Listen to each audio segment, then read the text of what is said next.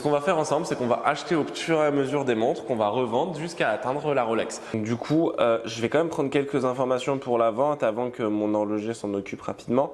Donc je vais prendre le numéro de série de la montre en fait qui va me permettre d'avoir l'année précise de la montre. On va récapituler combien nous a coûté cette montre. Je l'ai acheté 380 €. J'ai mis 50 € de verre et mon horloger m'a quand même fait un petit réglage dessus. Ça m'est revenu à 430 €. Ensuite, j'ai mis un bracelet d'environ 70 €. Donc c'est un beau bracelet en lézard. Je pense que je vais l'afficher entre 700 et 750 € et je vous tiendrai au courant. Donc là, la vidéo elle est postée, le post Instagram il est posté et on va voir maintenant quand est-ce que ça va vendre et après qu'est-ce qu'on va racheter. Aujourd'hui, j'ai pas payé Olivier encore, donc il vient pas, tout simplement. C'est pour ça que vous allez voir en FaceTime. Pour l'épisode 2 de 500 € à une Rolex. Très longtemps que je vous ai pas repris le format pour une raison très simple. Il fallait trouver une autre solution que Vinted et Le Bon Coin et les annonces. Donc dans l'épisode précédent, on avait trouvé une Omega, on l'avait revendue le jour même. On a un budget de 700 €. J'ai déjeuné avec un expert que vous connaissez normalement, qui s'appelle Alexandre Léger, c'est un très bon ami à moi. Qui est expert chez Drouot et expert dans plusieurs ventes aux enchères dans l'horlogerie. Et on parlait des enchères et je sais pas pourquoi, je me suis dit pourquoi pas vous faire une vente aux enchères, enfin faire une provenance vente aux enchères parce que beaucoup de personnes me disent Oui, bah Théo, pourquoi t'achètes jamais aux enchères, etc. Ça m'arrive. Ils pensent aux enchères, ils pensent à Katawiki, ils pensent à Interenchères, à Drouot, qui sont les plateformes qui mettent en relation les maisons de vente avec les consommateurs. Et donc du coup aujourd'hui j'ai repéré des petites ventes assez sympas. Je vais regarder un petit peu toutes les ventes aux enchères sur mon ordi avec vous. Et on va essayer de cliquer. On a un budget de 700 €. J'espère que je ne vais pas le dépasser. Et c'est parti. Quand on commence l'horlogerie, je peux comprendre qu'on soit attiré par ce genre d'endroit-là. Parce que justement, en fait, c'est tout de suite beaucoup plus facile. C'est assez ludique de pouvoir jouer aux enchères en ligne. Mais on ne voit pas le produit. Et ça, c'est un risque. C'est encore comme une fois avec Internet.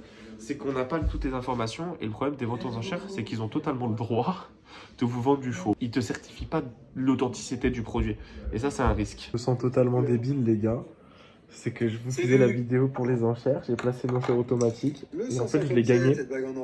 J'avais un budget de 700, je suis à 400 € en frais. J'ai acheté une très belle Omega Genève automatique avec boîte d'origine. Maintenant il y a un peu de taf dessus je pense, mais pleine plus-value possible. Mais je suis dégoûté, j'ai oublié de vous le filmer. Du coup, on a récupéré la montre, les gars. Donc, du coup, petite Omega et avec sa boîte, ça a son importance.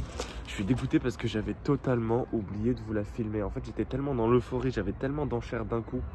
Pas que, du coup, pour l'épisode 2, j'en avais pour avec des petits montants un peu plus sympas. Les frais d'enchères, ça peut vraiment faire votre bénéfice. Déjà, vous avez tous les problèmes mécaniques parce que la montre, elles sont jamais propres. Hein. Enfin, c'est très rare que les montres soient cliniques, sauf si vous avez une vente d'un collectionneur qui a déjà toutes les montres toutes belles, toutes prêtes à être portées.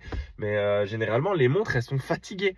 Et par exemple, là, si vous achetez aussi une montre avec les frais d'enchères, vous payez une montre 8500 €, vous avez 25% de frais. TVA incluse, etc., vous en avez pour 10 500, 10 600 balles. C'est-à-dire que la montre que vous avez adjugée au marteau à 8 500 va vous revenir à 10 700. Il y a 2000 € d'écart. Donc si tu pensais faire ta marche comme ça, c'est mort déjà. Il faut vraiment faire très attention. Toujours avoir un certain seuil, un stop loss. Moi j'appelle ça un stop loss, tout simplement. Me dire que voilà, j'arrête à temps, plus 20%. À chaque fois, j'essaie de calculer très rapidement, voilà, plus 25, plus 28%. Et j'essaie aussi de calculer mes coûts d'amortissement en fait. Mais là, ce qui valait le coup, bon, aussi j'aurais pu prendre un transporteur, sauf que là, j'ai préféré y aller parce que c'est à 1h30 de Paris, j'ai déjà le plan dans la voiture, donc en termes de frais, ça me coûte rien. Et c'est aussi pour la rapidité. Des fois, mieux vaut y aller quand c'est à 1h30 de Paris. Ça va, tu te lèves tôt, tu prends un café. J'ai toujours pas pris de café, je vais en prendre un. Voilà. Mais bon, là, on se retrouve à l'atelier pour la partie 2 parce que je crois pas que je vais voir encore Olivier. Mais ça peut être super intéressant de vous faire un jour un épisode complet sur une maison d'enchères. Là, j'avoue que j'ai fait des enchères en ligne. C'est beaucoup plus rare les salles de vente, quoi. Moi, je vais surtout les faire sur Internet en ligne. Et après, j'essaye quand même, quand il y a une vente qui se fait à Paris, d'aller voir les produits. Voilà. Bon, on se retrouve dans une minute pour vous. Il est midi 2. J'ai eu le temps de prendre mon café. Je suis content. On est avec Titouan. Enchanté. Un de nos horlogers. Et c'est lui qui va faire l'unboxing. T'as chopé ça aux enchères du coup? J'ai acheté ça samedi, j'ai oublié de record quand je l'ai acheté, je suis dégoûté. Et ouais, donc Omega Genève. Il est pas mal en vrai. Elle est chouette. Elle est bien, non? Bon, attends, on va aller regarder dans l'atelier.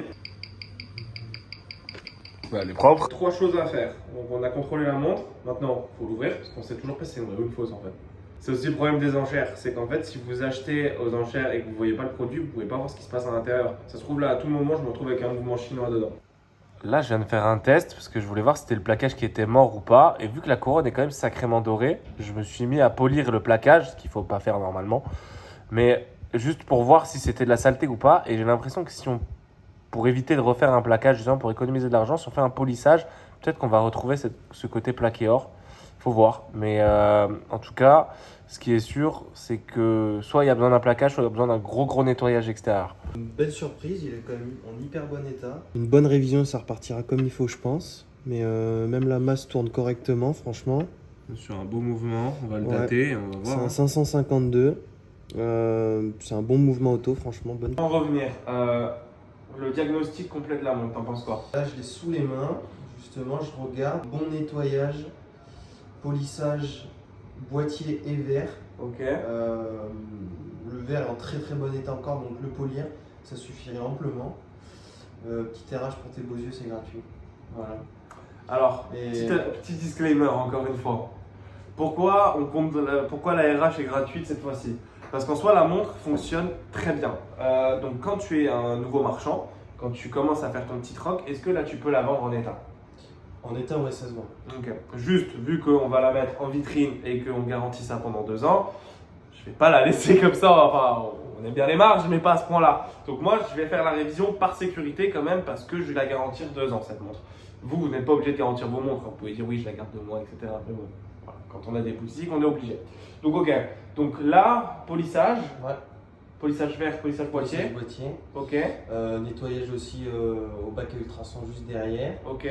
Et puis révision, et dans la foulée, on peut la mettre en vente. Ok, donc combien ça me coûterait? Bon, on enlève la révision du coup parce que ça c'est 300 balles, comme je vous l'ai dit, entre 300 et 350, bon ça on le jette. Là je suis un marchand, enfin un petit troqueur, j'ai envie de commencer l'horlogerie. Combien tu me factures pour me la remettre en état? Assez rapidement, plus un bac à ultrasons. La totale, là, ce serait pour 100 €, un bon polissage, un bon nettoyage. Je remets un petit coup de papier emery derrière pour faire la finition brossée. Comme ça, ce sera nickel. Donc 100 € pour ça. Et puis un beau bracelet. Ça on verra sur le moment. Ouais, on verra, mais il faut compter une cinquantaine d'euros, je pense. Ok, ça marche. Allez go.